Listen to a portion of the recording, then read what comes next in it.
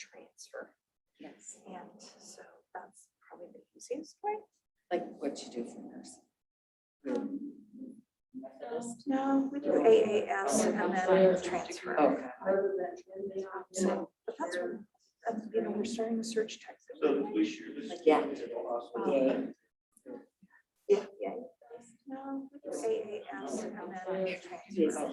I taught class in a search technical when I was in infection controllers and also worked. Yeah. I'm not the best teacher. I'm too impatient and I know, I know I get the worst time when I was in infection controllers. So I'm proud of you. I'm not the best teacher. I'm too impatient and I know, I know I get the worst time. So I'm proud of you. I'm not the best. What did you say? No.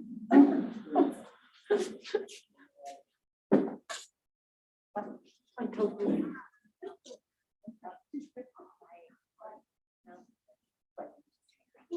No.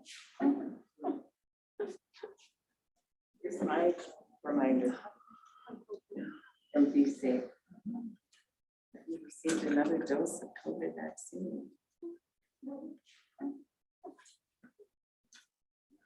I told you because I'm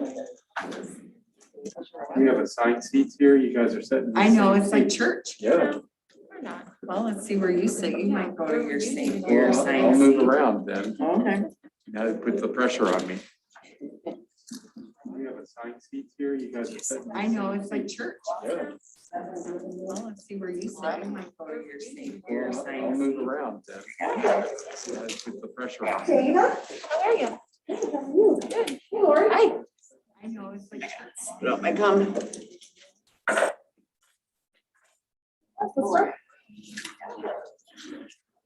Dana, how are you? I'm busy. Hi. So what's going on? I come. Yes, we were just over there yesterday. The lead account.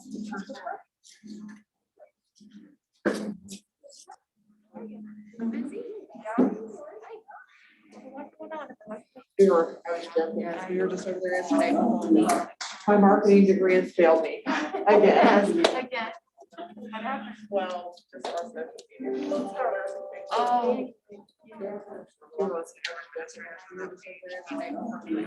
My marketing degree has failed me. Again. Now, the speakers, I noticed last time. Say anything you don't like. Yes, so we should Can I quit text her? talking. Come here. Let me put your hand. I can give you a suggestion.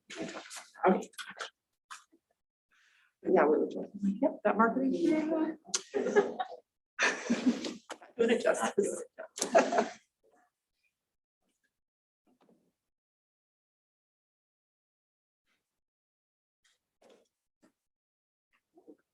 Good morning.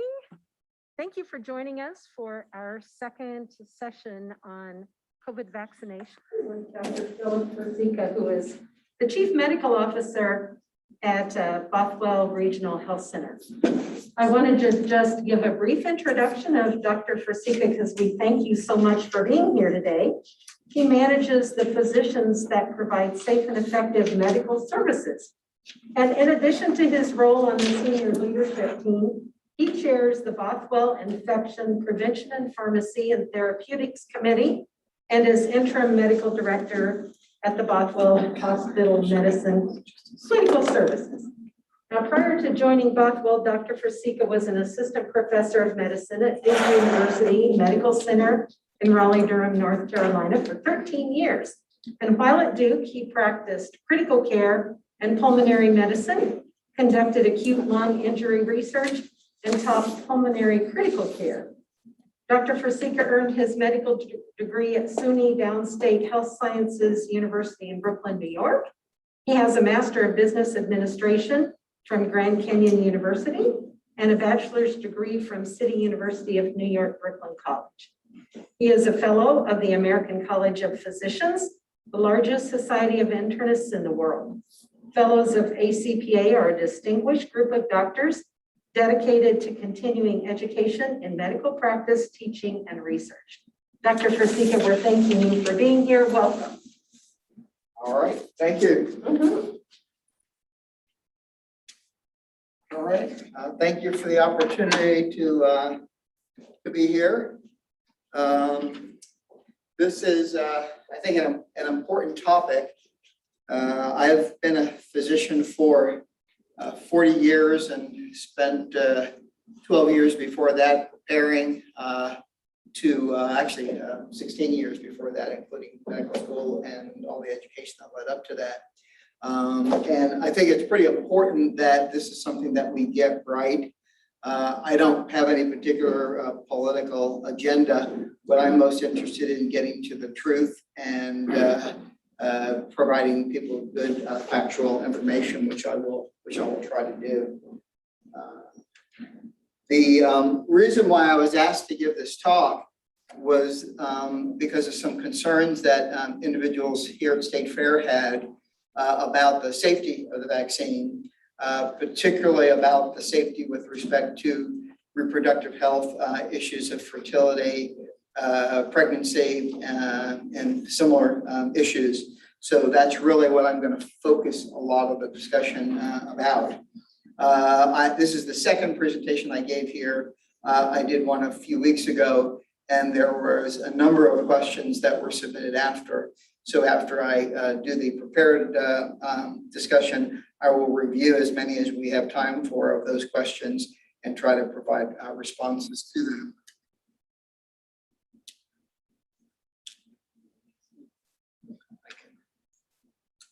I will advance this.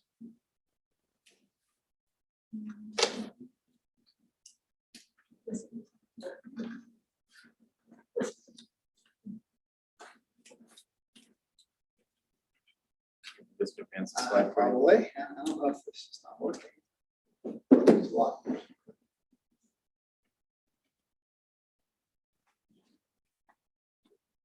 Is it not working? It doesn't seem to be working. I can probably just say next slide.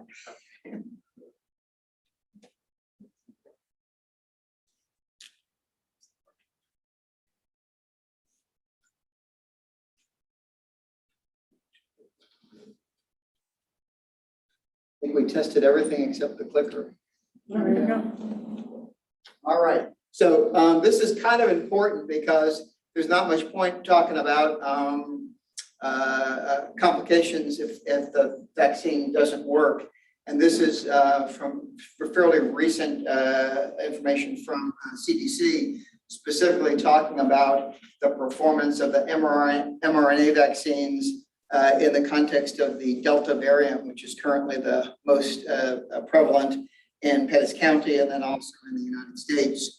The mRNA vaccines reduce the likelihood of someone being infected. If you're fully vaccinated, your chances of getting a COVID infection is 1/5.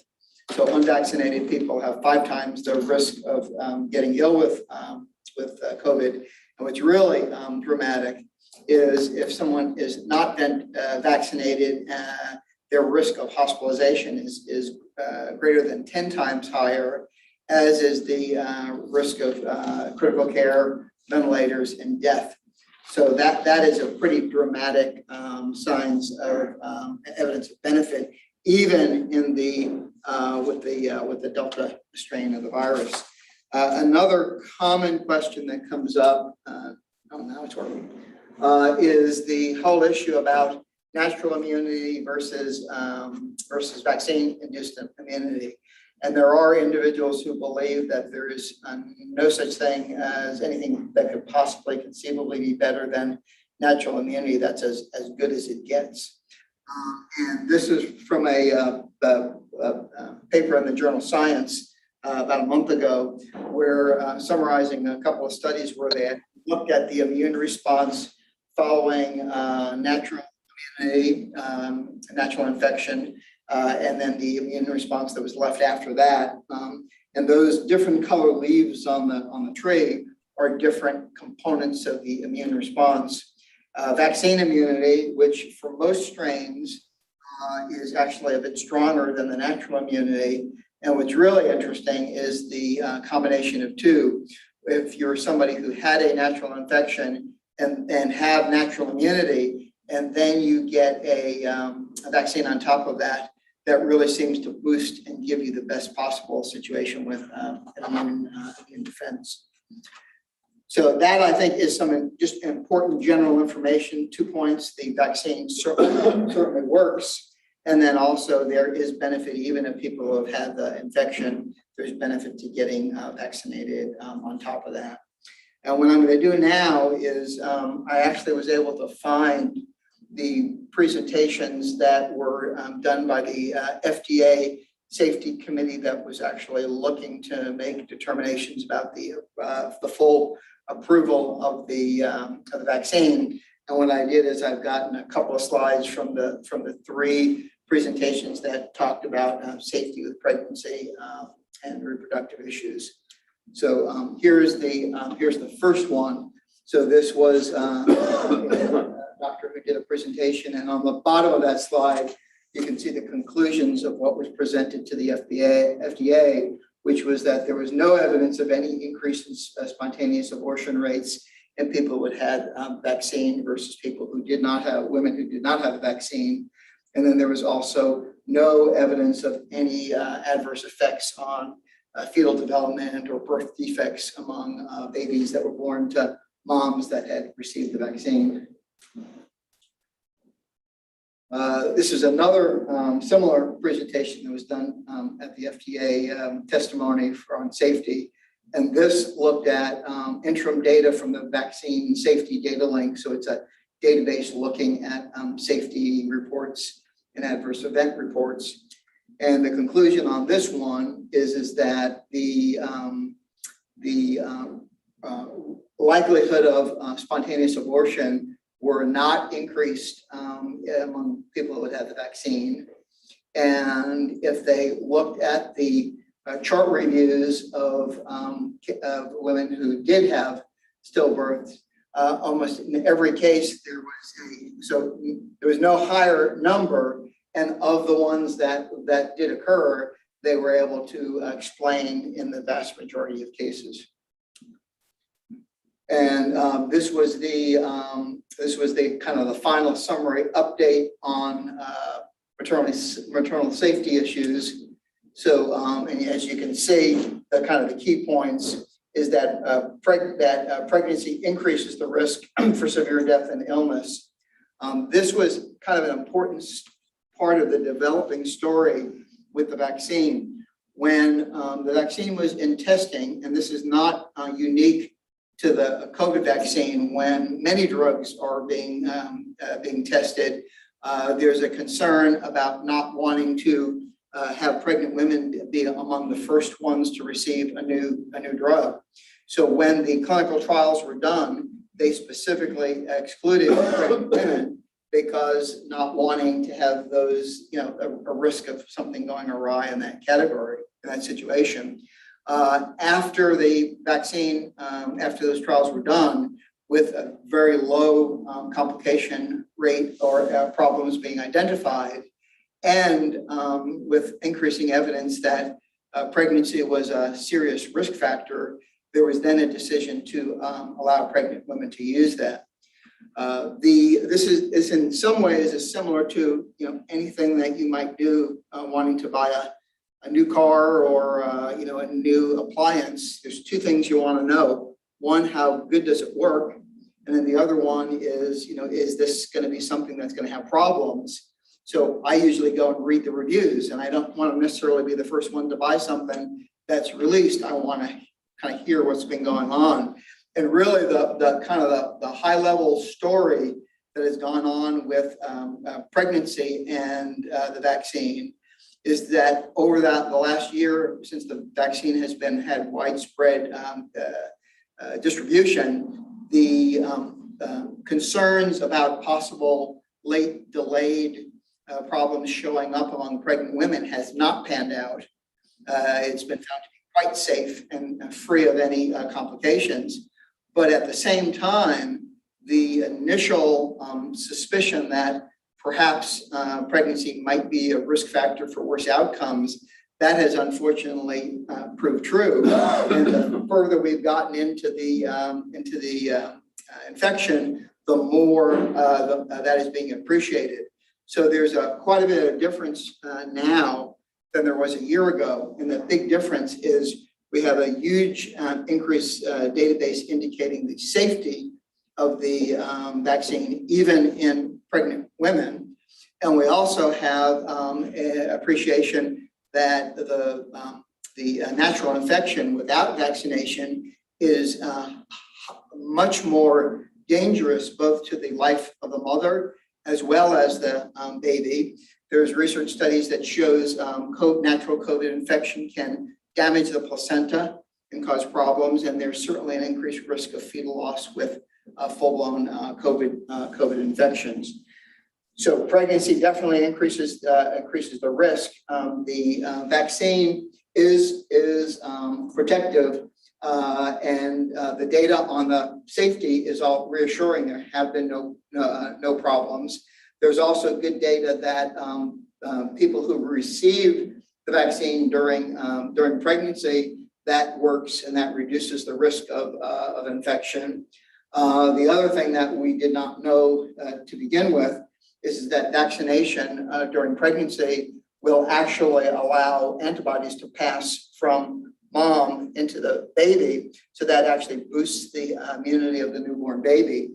The antibodies can reach the baby not only through the placenta during intrauterine life, but also is passed through breast milk with nursing after the babies are born. There is an underuse of vaccination among pregnant women, and that's contributing to problems that they've been having with infection. So, what does this all mean? And I thought it would be interesting to kind of do a little natural experiment with Google.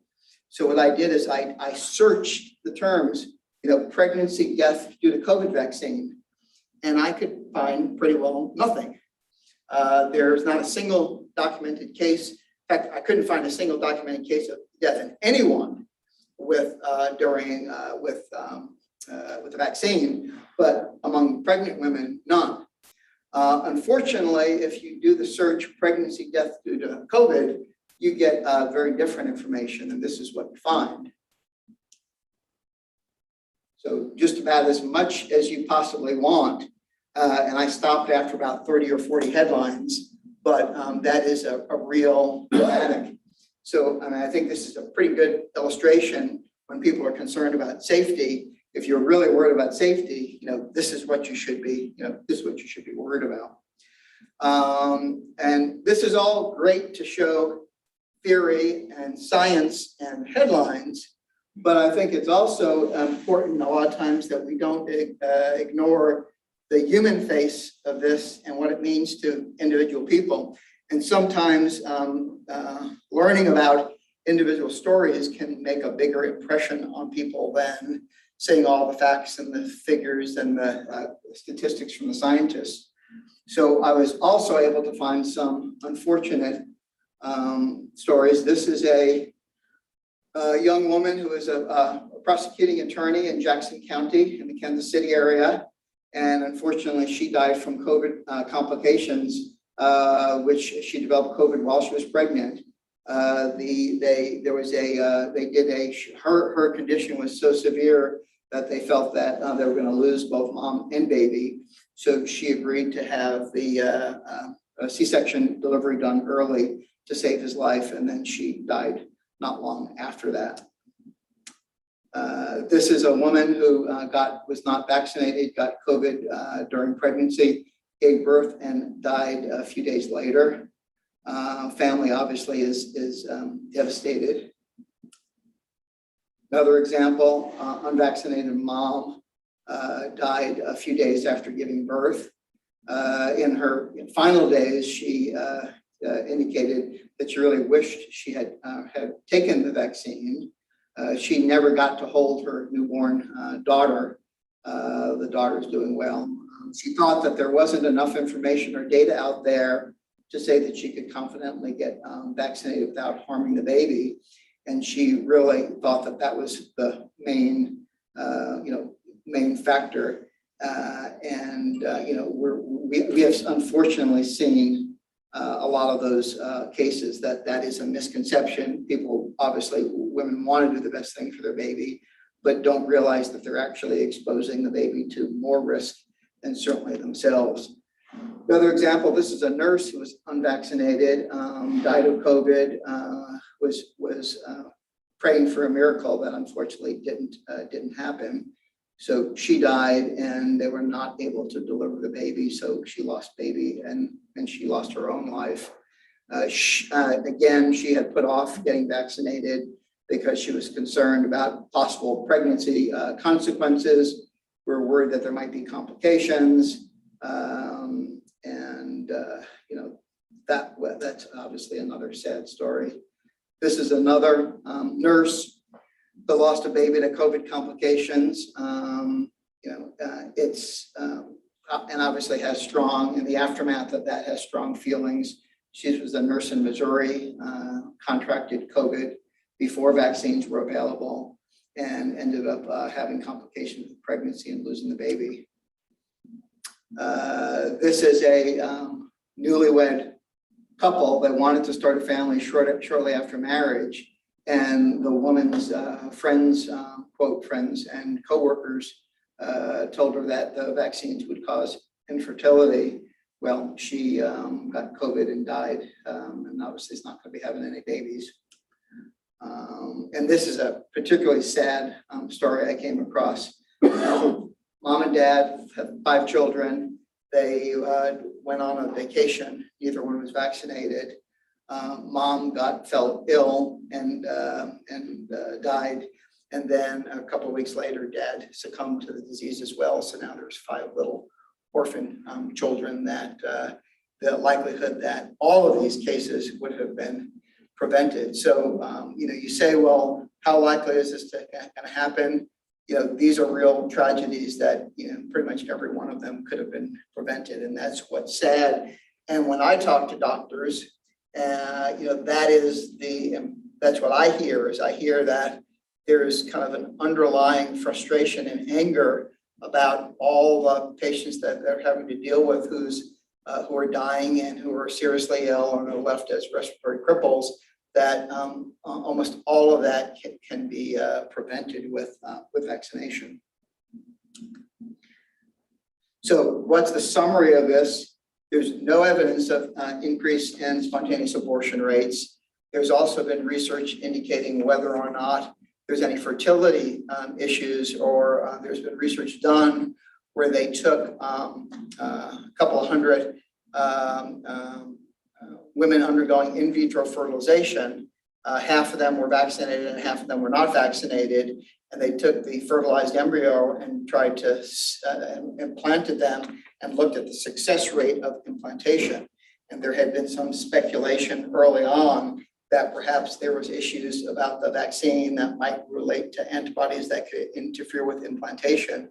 So that was a study that looked at that head on, and there was no difference in the success with implantation. So that proved pretty conclusively that the vaccine does not interfere with that step of fertility.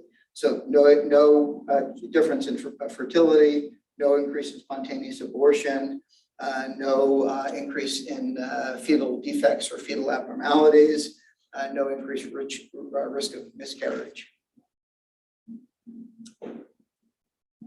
So anyone have any questions about any of that material before we get into the responses to the submitted questions from my prior presentation?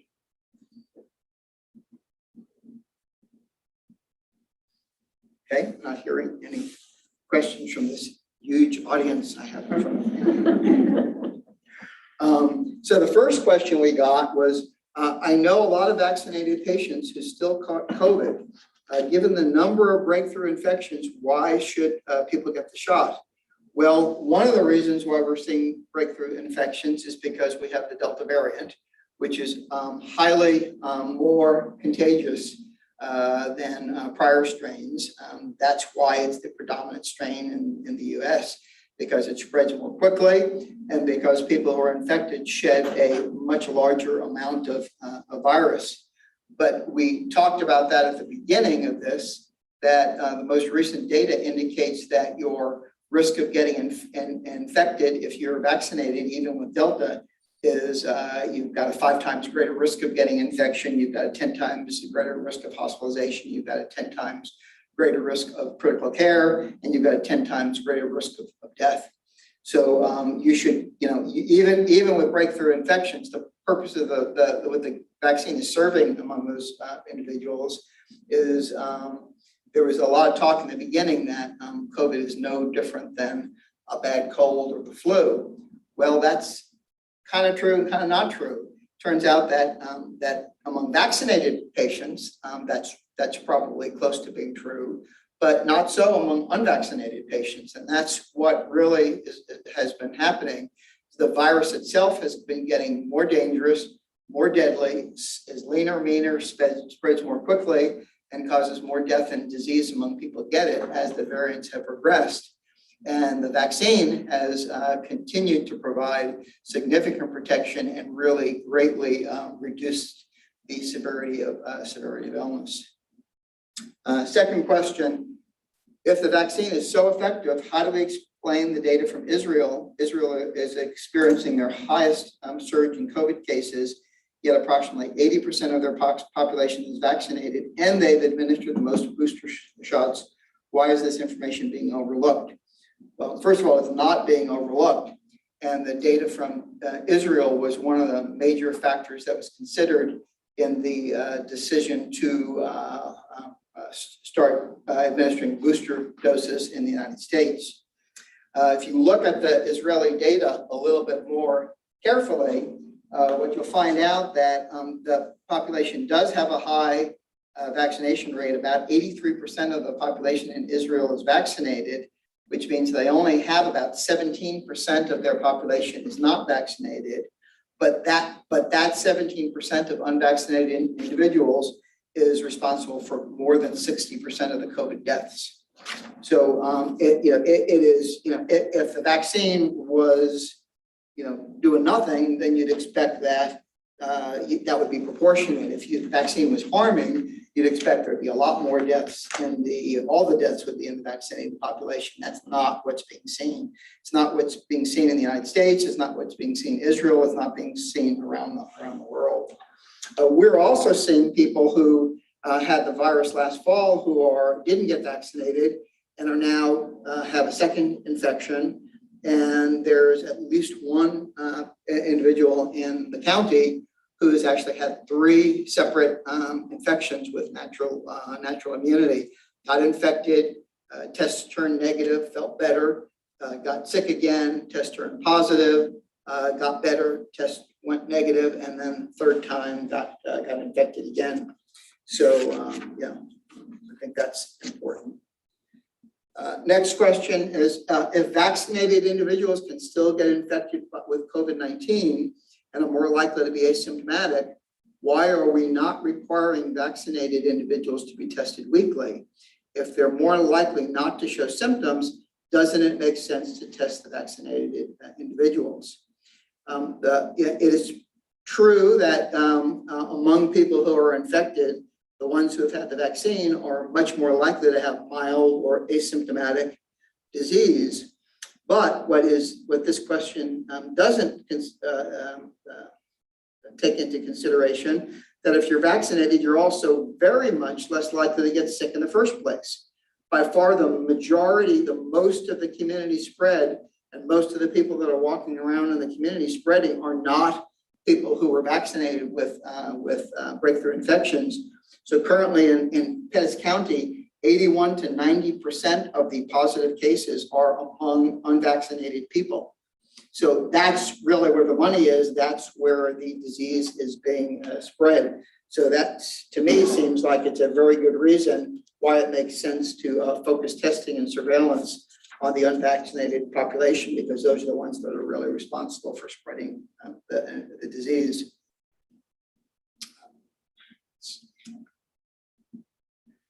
Next question, the Pfizer vaccine was originally, quote, advertised as having an efficacy of 95%. Pfizer released information over the summer stating that the vaccine has an efficacy of only about 42%. That's a significant difference. Why are we still treating the vaccine as though it was the only defense against COVID? Well, the initial data, which was about 91.3% efficacy, was tested with regard to the reduction of symptomatic disease. That's how they tested the vaccine. They took a bunch of people and they gave half of them a placebo injection and half of them they gave them the vaccine. And then they watched them for several months and looked to see what the difference in the rate of people feeling sick and testing positive, symptomatic disease. That was, you had, 91% less people getting infected with symptoms in the vaccine group. I could only find one piece of research that quoted a 42% figure, and that was an August 8th study that was data from the Mayo Clinic. And what they did is something very different. They did not take a bunch of people and give half of them the vaccine and half not. What they did is they looked at they just did random sampling of several hundred people, and they found a handful of people who had antibodies that were positive. And then they repeated the antibody testing several months later, and they found that there was a drop in the positivity rate, and some people had lost the antibody protection. So that was in natural infection. It was not related to vaccine. And the conclusion of that paper that used the 42% figure was that vaccines, and this is right out of the paper, vaccines were originally designed, tested, and proven to reduce the burden of symptomatic disease, hospitalization, and death related to the infection. This study further supports the effectiveness of both vaccines because they looked at the two mRNA vaccines. In doing so, even despite the evolution of more transmissible viral variants. Next question was also about variants, and it said, if variants continue to emerge, won't the vaccine continue to become less effective over time? So I think the important factor when you're talking about durability or how long the vaccine will remain effective, you actually have two different things that are occurring. One is that it is true with a lot of infections and most other coronavirus infections that the immunity tends to wane over time. It's a property of the virus. There's some viruses like mumps, measles, chickenpox that you get it once and you're pretty much immune for most of your life. Coronavirus is in general 6 months to 8 month duration of immunity. So one of the things that is a consideration is that natural waning of immunity after either natural infection or after vaccination.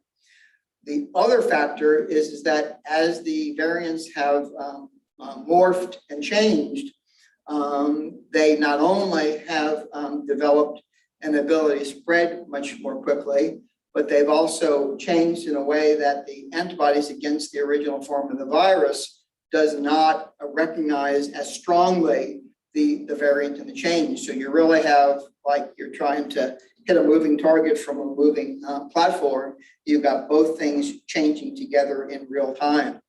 What that question doesn't really consider is that there's a very easy fix for that. And the fix for that is that you just administer another dose of the vaccine, like a booster. So you raise the antibody levels, and that appears to be more than adequate for the variants that we currently have.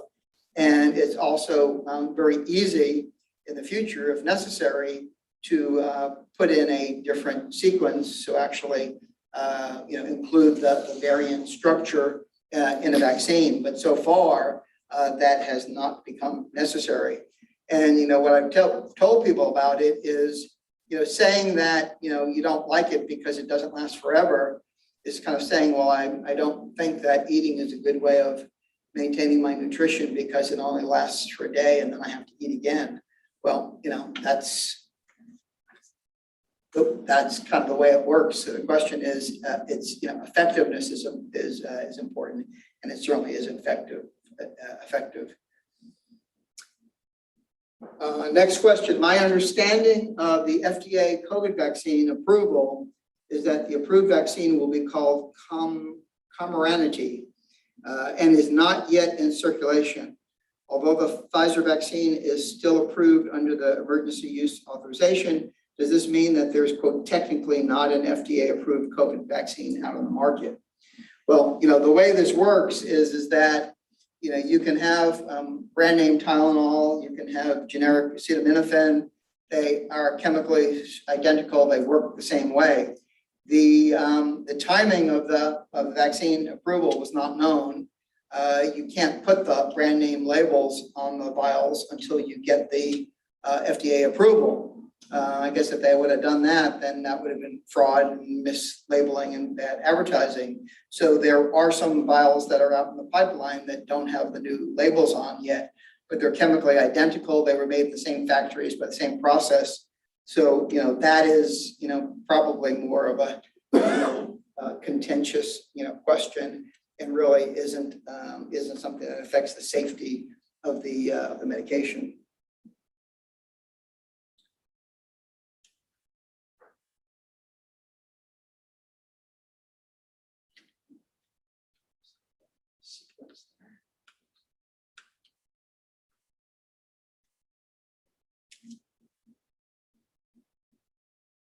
Yes, okay. So in the FDA's approval letter for the full authorization, there was mention of studies to be completed by 2023 and 2024 to understand to better understand the effects of the vaccine on pregnant women, as well as the effects of the vaccine pertaining to myocarditis and pericarditis. We talked about the fact that pregnant women were excluded from the original research, as is common with many drugs, because you don't want to give it to pregnant women until you already have a lot of safety data among other groups.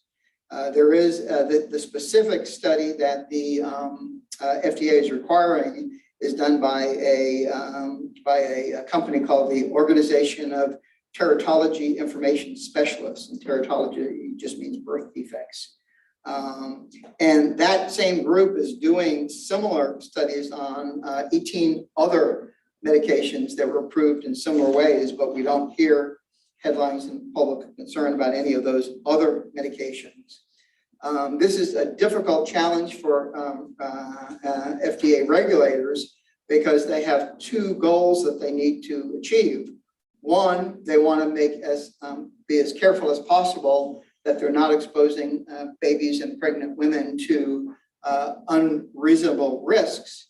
But also they don't want pregnant women to be a second-class citizen category, that they're denied the access of important medications and life-saving drugs. So how do you best achieve both of those types of things? And the approach of holding back the pregnancy testing until you have lots of safety data from giving it to other individuals, and then giving it to pregnant women when there's been no complications that have identified, but studying the heck out of that group and looking over with a fine-tooth comb to see if there's any effects that may have been missed, seems to me to be a very reasonable way of approaching it.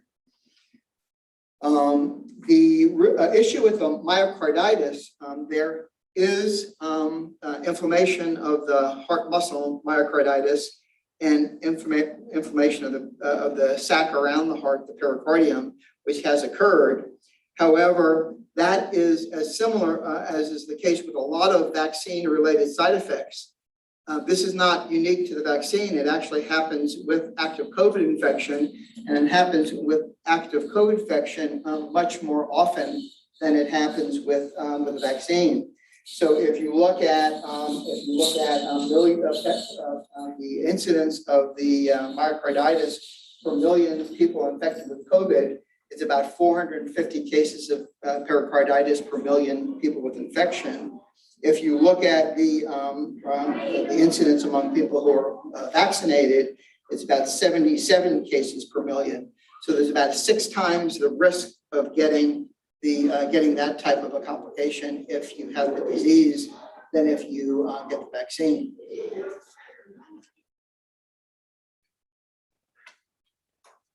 Next question, if the vaccine works, why are we so concerned with the unvaccinated population? Is the vaccine not providing protection to those who get it? Well, I think the answer to that is what we talked about, is the proportion of cases that are coming from the unvaccinated, and that is the majority of infections in the community is coming from the unvaccinated, and the overwhelming majority of patients who are hospitalized in ICUs and who are dying is coming from people who have not been vaccinated. Over the last couple of weeks, the governors of the state of Alaska and Idaho formally declared something called crisis standards of care. And what that is that's legal and ethical guidelines that allow healthcare providers to withhold normal customary care, and instead of doing the best that they can possibly do to improve the outcome of each individual patient, basically do rationing and try to allocate the care to the people that are most likely to survive and most likely to have the best outcomes. And what that means is somebody who might get involved in a bad motor vehicle accident and otherwise, when this type of a crisis was not occurring, might be given every possible treatment and opportunity for survival.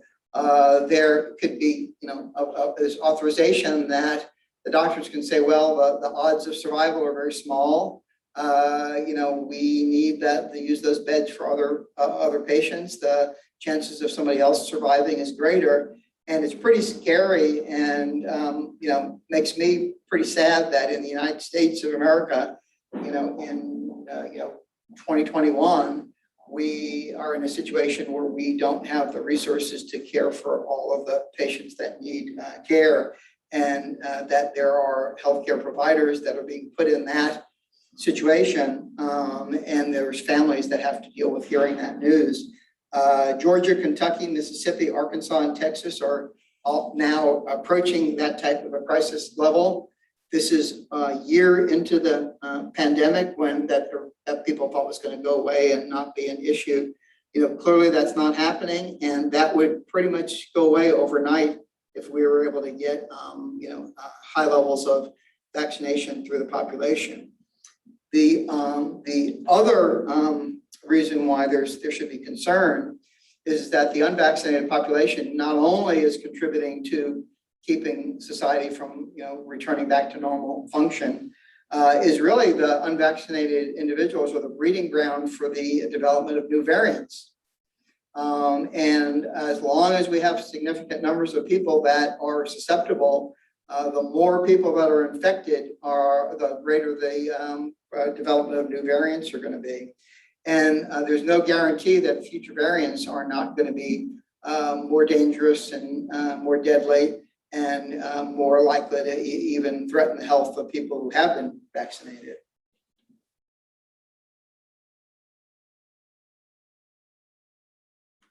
Next question. The United States had 301% more COVID cases and 175% more COVID deaths in the second week of September in 2021 than we did at the same time last year, 2020. How can we not look at the vaccine as a possible cause of the increase? Is the biggest change from this year to last year not the administration of the vaccine? Well, I think we've already kind of beat that to death.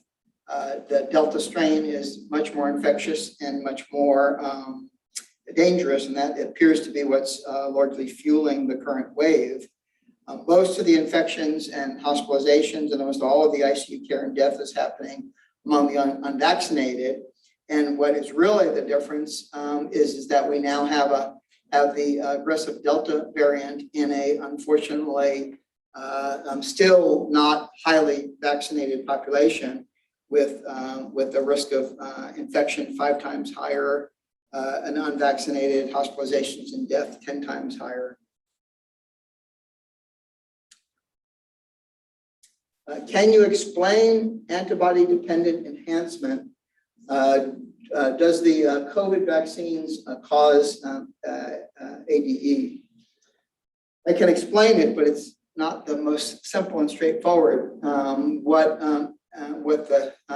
this means is it has been seen in other viral infections and other infections. What it basically means is that if the antibody levels start to decline, patients can go from a stage of being protected by the vaccine to have a increased susceptibility because of the vaccine. And when it does occur, what's thought to happen is, or the theory behind it, is that when an individual gets vaccinated, they have very high concentrations of antibodies, sufficiently high that they can completely inactivate and effectively kill or neutralize the virus. They can actually measure that in the lab by taking live virus and incubating it with the patient's serum with antibodies, and then trying to infect cell cultures with the virus. And if you have a sufficient level of antibody protection, it's going to neutralize, and it's called a neutralization assay. That's high levels of antibodies. The other piece of information, as you may know, is the usual route of infection of cells is something called the angiotensin converting enzyme 2, ACE2 enzyme, which is on the surface of many human cells. And that is the place that the spike protein attaches to with a kind of a lock and key attachment. And that is what the virus uses to gain access to the cells. And that is the predominant mechanism that antibodies help prevent infection, because they bind to the spike protein, they bind to that portion of the spike protein that attaches to the cells and prevent that from happening. There is another way that the virus can possibly get into cells. There are immune system cells that essentially do a cleanup function, and they engulf and swallow any particles, bacteria, virus, debris that is attached, bound by antibodies. In this case, it's not the virus sticking to the ACE2 receptor. If you have a virus that is not neutralized by the antibody, because there's not high enough antibody level to neutralize it, but has enough antibodies to cause it to be taken up by these immune system cells, you have potentially opened up a second avenue of infection and more cells that are getting infected, and a possibility that you can actually have someone who now becomes more susceptible to infection because they have the mama bear, just the right balance of not enough to kill the virus, but enough to enhance the uptake of the virus by additional cells. That has not been shown to occur with the COVID vaccine. If it is something that if it were to occur with the vaccine, could just as equally happen with natural infection. And really what's important is that is very easy to fix, because the way you fix that is give the people a booster, and now you bring the antibody levels back up to the neutralizing level, and you've removed any chance of that happening. So one of the things that virologists and epidemiologists and public health people have been looking at is to see if at any point we were starting to see increased infection spikes among people who were further out and more breakthrough infections and more serious. But so far that does not appear to have occurred. And it's really a theory that has not been proven for the COVID virus or the vaccine. Vermont is one of the most vaccinated states in the United States. And it was recently hit by its highest level of COVID cases since the pandemic began. How do we explain this? What is the vaccine really doing? Well, that Vermont may have more than they've had before, but the amount that they have is a fraction of many other states. So I looked at the most recent published statistics for Vermont. Vermont's average daily deaths from COVID per 100,000 people is 0.27, and they've got about 69.3% of the population vaccinated. If you compare that with Missouri, death rate is 0.61, almost double, and we've got a vaccination rate of 47.6. Alabama is currently the highest death rate in the United States. That's 2.37. So 2.37 compared to 0.27, almost 10 times difference. Vermont with the 69% vaccination rate, Alabama has 42% vaccination rate. So, Delta is occurring in Vermont like it is in other places. And, Delta is not to be sneered at. It's a very serious change. It really, in effect, is a different virus. And thank God we didn't get Delta as the initial form, because we would have done much worse during that first wave. But the number of deaths and the amount of serious illness, there is a significant protection that Vermont is seeing from that. Can you explain the difference between mRNA vaccine and vaccines used for flu? How do they vary, and why was the COVID vaccine specifically made using mRNA technology? Is one better than the other? Well, the main way that the flu vaccine is made is the scientists will identify a strain of influenza virus and grow it up, and then to manufacture the vaccine, either take fertilized eggs or cell culture, and then infect those living cells with the virus, and those cells become essentially a factory to make more copies of the virus.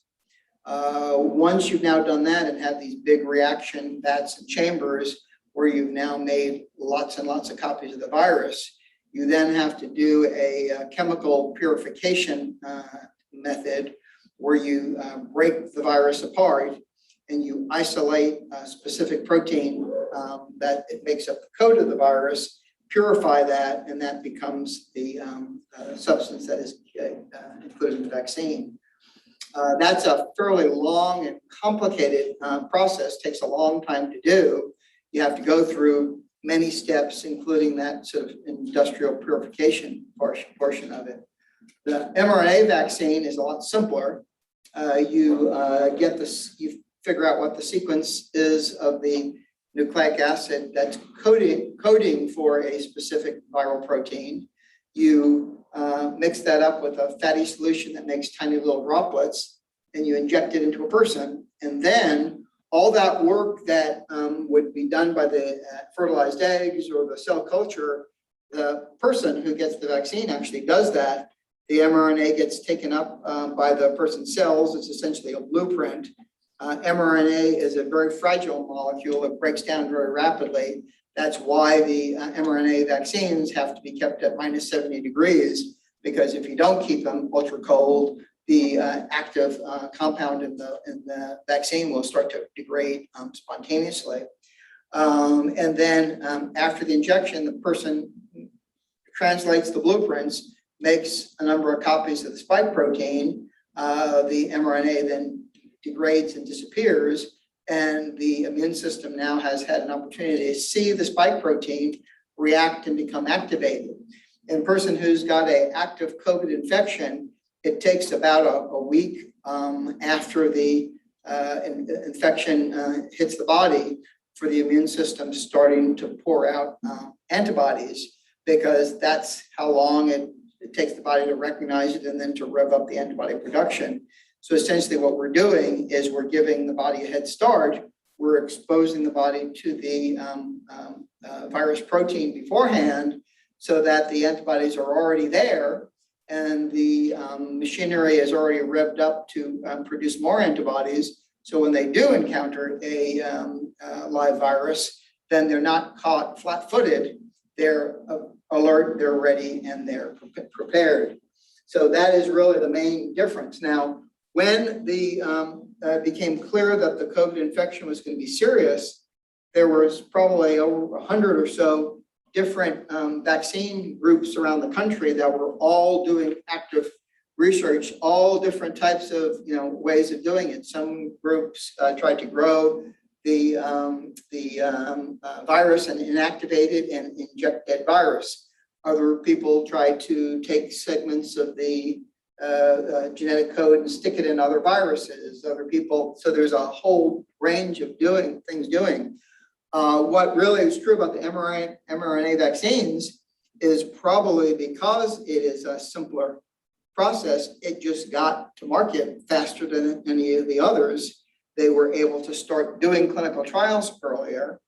I went back and looked to see what some of the experts were predicting might happen when we got a vaccine before we had a vaccine. And they were thinking that if we had 40 or 50% reduction in infection or efficacy, that would be a good thing. They thought 75% reduction would be wonderful, but let's not get our hopes up. So you can imagine when they were seeing 90, +% effectiveness, that was really way higher than anybody's, kind of wildest hope or expectation. So the the reason why that, mRNA vaccines are the ones that are predominant is because they're easier to make, they're easier to get into clinical trials. And it just happens that, how often does that happen? That the easy way actually turns out to be a pretty darn good way. So I believe that there are still other vaccines that are in development. But if I were a biotechnology, firm or drug company, and I had already invested, a couple of $1 million into the development of my vaccine, and now I'm comparing it to something that is, very easy to make and blows out every expectation of effectiveness, I probably wouldn't be wanting to invest a whole lot more money in that development. So I don't know how many new ones we'll see coming, but the bar has really been raised by the success of the mRNA vaccine. And again, it's basically just free market forces, competition, survival of the fittest. That's the one that was ready the soonest. I've heard that the durability of the COVID vaccine is approximately 60 days. What does this mean? Is this typical of a vaccine?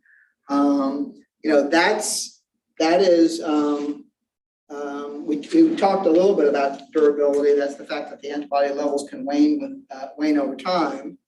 I was not able to find any sources where there was any type of a 60% reduction in durability. In fact, we've heard information that really directly opposes that. I did find one study from Vanderbilt University where they looked at people who had natural infection, and they repeated the antibody levels 60 days later, and they found that 60% of the people who tested positive the first time were negative the second time. But that was A, not among vaccinated people, and B, they had no information of when those people had gotten infected. They just did a random sampling across a bunch of people, saw who was positive the first time, and then who is still positive positive 2 months later. But that was the only 60-day study I could find when I kind of Googled 60-day decreased antibodies, and that's basically came up. So if anybody has a resource source or a scientific paper source of that 60-day durability, but that was not anything I could find any evidence of. Does natural immunity from a prior COVID-19 infection offer more protection from reinfection compared to the vaccine? That has been studied for basically every variant prior to Delta. There was pretty compelling information that natural infection was not better for breakthrough than vaccination. There is some preliminary data that indicates that Delta may be different. I read at least one study that looked at people who had had a vaccination and looked at their breakthrough risk versus people who had natural infection and their breakthrough risk. And there was evidence that would suggest that there might be a broader range and natural infection might be better for Delta. The problem is, what are you going to do about that? If the whole reason why you are interested in antibody levels and protection is to keep yourself from getting sick, then I certainly don't think it's a good idea for people to intentionally get a Delta infection so that they can, have natural immunity. I happened to get the infection before the vaccine was available. And, I've got natural infection. I got my full series of vaccines and I got a booster yesterday. So, that's probably the best possible immunity that somebody can have. But yes, vaccination is certainly effective. But as I said, there is early data that indicated that if you had someone, and then the other thing is the same study that indicated that people were perhaps better protected with natural immunity versus vaccine against Delta also showed that if you had natural immunity and then you got a vaccine on top of that, your protection to Delta was skyrocketed and was even higher. So even among people who had natural immunity, that was improved against Delta with a subsequent vaccination.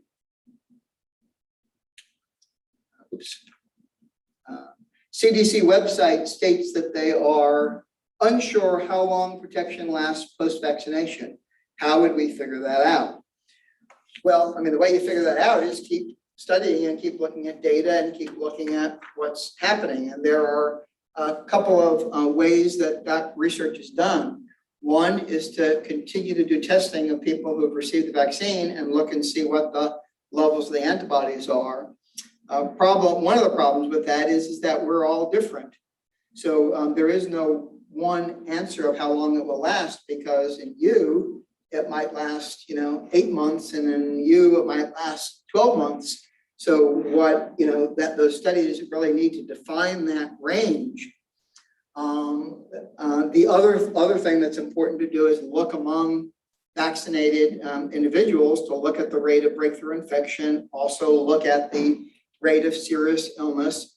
And that really is the heart of the debate that you may have been hearing play out in the news and with the FDA and the CDC and the administration, where there is one approach where people say, well, we know that among some people, they're starting to see a drop off with time where the antibodies are lowering. We know that we're seeing, breakthrough infections. It makes sense that if we wait, we're going to see more and more people with lower and lower levels. And at some point, we're going to start seeing serious infections. We're going to start seeing death. Why wait? Let's just, cut it off at the pass and act now, which is a very reasonable position. And then there's other people who are a little bit more, meticulous, and they make the argument saying, well, that's all well and good, but they're the Missouri scientists. Show me that that's great, but until you've actually shown me and you actually have data that shows that X percent of the population has antibodies drop below a certain level, I'm not going to believe anything. And until you've actually shown me that you start to have people that are dying and people are starting to have serious infections, I'm not going to believe that either. And yeah, maybe someday that will happen, but I can tell you for sure it's not now, because we're not seeing that. So no, I won't vote in favor of boosters being administered. And that was really the debate that was that was going on. Some people, I guess that's what is important to them. There were people who resigned from the FDA because they didn't agree with the booster shot. But it was really that they were taking that position that until we were proven. But the other point of view is, well, why do we have to wait for people to start dying before we act? And if we have a reasonable belief that we're heading in that direction, there's not much harm that's going to do that. So let's try to be be proactive and get ahead of it. So for better or for worse, that was the decision that was made. So I think that completes the questions that we had. I'll be happy to entertain any more questions. I don't have any on the chat. So That either means I answered everybody's questions or put everybody to sleep. That was interesting. So one of the things that I just kind of want to, kind of finish up with is when I told some people that I was going to give this talk, including some other physicians, it was like, well, really, you want to do that? How likely are you going to be that you're going to influence anybody? And people who have already made their mind up, it's unlikely that they're going to change with anything you're going to have to say. And as somebody, I tend to be optimistic and I tend to be positive, and you can't practice critical care medicine for 20 plus years if you're not optimistic, because all you treat with is people who are deathly ill and you're trying to keep that from happening. But when I was thinking about that question about, why bother doing something like this, I was reminded of one of my favorite stories, which is a story of an older man who's walking along the beach, and the tide had just gone out. And as he's looking on the beach, he sees, as far as the eye can see, nothing but, millions and millions of starfish that have been, left stranded on the beach. And as the sun is drying, they're dying. And he's kind of walking along, seeing that. And in the distance, he sees someone approaching him. And it's a kind of funny gait. It's a zigzag type, motion. And he can't figure out what it is. His eye is not being all that good. He gets closer and closer. And he sees it's a young man. And what he's doing, and he's running up to the beach, grabbing a starfish, and he's running down to the shore and flinging it in the water. So he's kind of flabbergasted, and he gets closer and he approaches the young man and says, what are you doing? Look at this. How could you possibly make a difference? And the young man bends over, picks up a starfish and throws it in. He says, I made a difference for that one.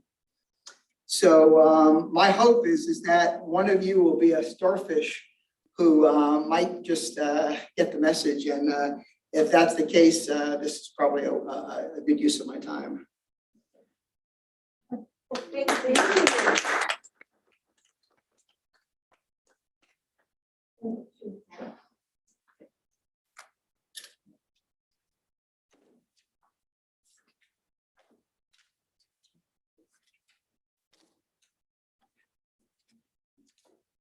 So Rhonda, who posts the recording that can be shared? Okay. Thank you for that. Sure. Very good. Well, how'd you like the timing? Very good. Well done. Nice job. Well done. Well done. We were afraid I was going to run over. Perfect. I've been No, you hanging were out right with you. on. Well, it's surprising how often that happens. Time that just happens. We had a lot of Information's questions. fascinating, so. That was. The information's Yeah. fascinating, so I appreciate it. Sure. Those are really good questions I and think really we're- good answers, they were- you know?